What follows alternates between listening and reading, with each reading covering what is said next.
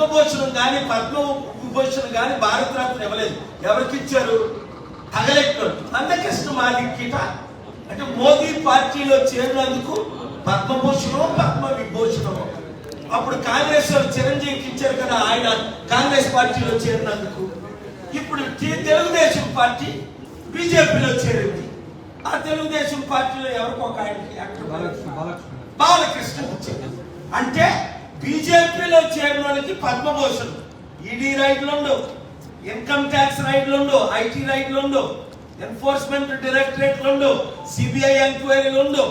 నువ్వు 30,000 కోట్లు కొడితే మాకు 15,000 కోట్లు ఇచ్చేసాయి. మీకు కావాలంటే పద్మభూషణం ఇస్తాం. దొంగలకి గజ దొంగలకి దోచుకునే వాళ్ళకి క్రిమినల్ రికార్డు ఉన్న వాళ్ళకి పద్మభూషణం. మహా నేతలైన దానవయ్య గారు చీఫ్ సెక్రటరీ, ఆయనకి ఎందుకు పద్మభూషణం? మాలలకు మొత్తం నాయకులు ఐఏఎస్ చీఫ్ సెక్రటరీ ఇచ్చారా? ఆయన పేరైనా మీరు విన్నారా? పేరు కూడా వినుకోండి.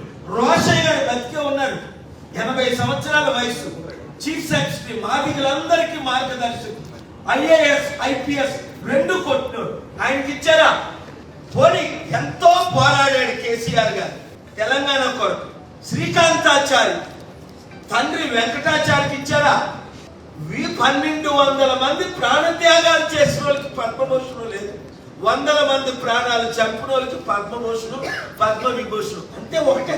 మీరు మా బీజేపీలో చేయాలని మీకు ఏం కావాలంటే అది ఇస్తాం. భారతరత్న కావాలా?